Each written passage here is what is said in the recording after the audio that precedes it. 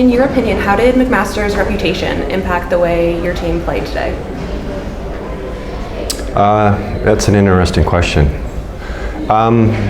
There's some aura about that team. Like, they've been strong for a while, but it's a big rivalry. So we get excited to play them, and to play number one in the country is a great opportunity. So we kind of took it that way. I don't think we're in fear of them. We kind of want to measure ourselves against them, and I thought we did a pretty good job with that tonight. In the second set, coming out of the technical timeout, we saw your team pick up the intensity, the speed, and really challenge the Marauders. What did you say to them to kind of get them back in a competitive mindset? I didn't say much. I was working on our lineup, and it was my assistant coach, Rob Atkinson, that actually, he just told them we were getting way too fired up in some timeouts where we're screaming, and we got to be a little bit more controlled emotions.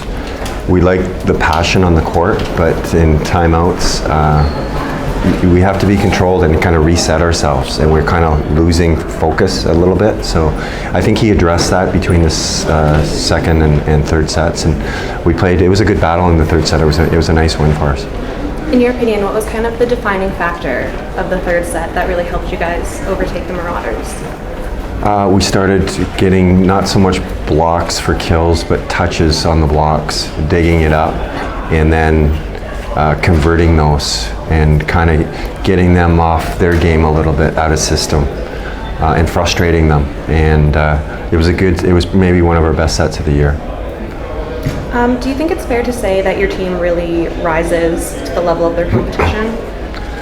I hope not.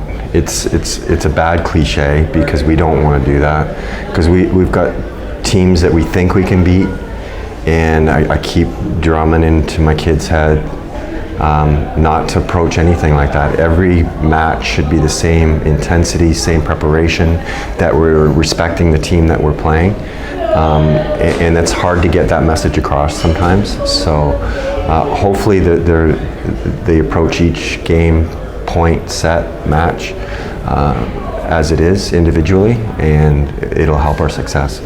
What can the team take away from today's match that can be applied in the future to kind of help further success? We talked a bit pre-game about that, like what were our goals coming into this, and we wanted to get better.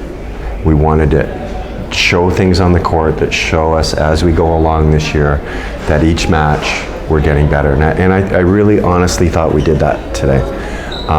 The outcome wasn't desired, obviously, but I thought we did. We showed at times that, and especially with some of the injuries that we have, not to use that as an excuse, but it is. Like, Bryn has a broken finger and he's out there battling. So that's a good thing, and that'll help us down the road trying to secure a playoff spot when the chips are on the table.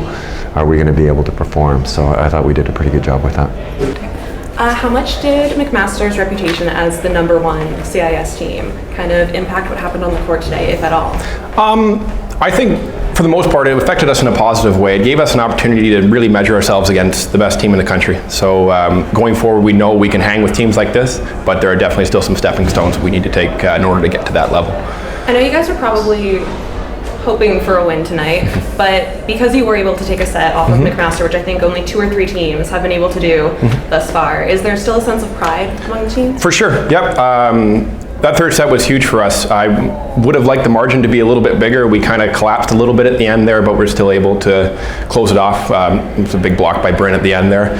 But yeah, it's, like I said, it's a great stepping stone for us, but there's still a lot more that we need to do going forward.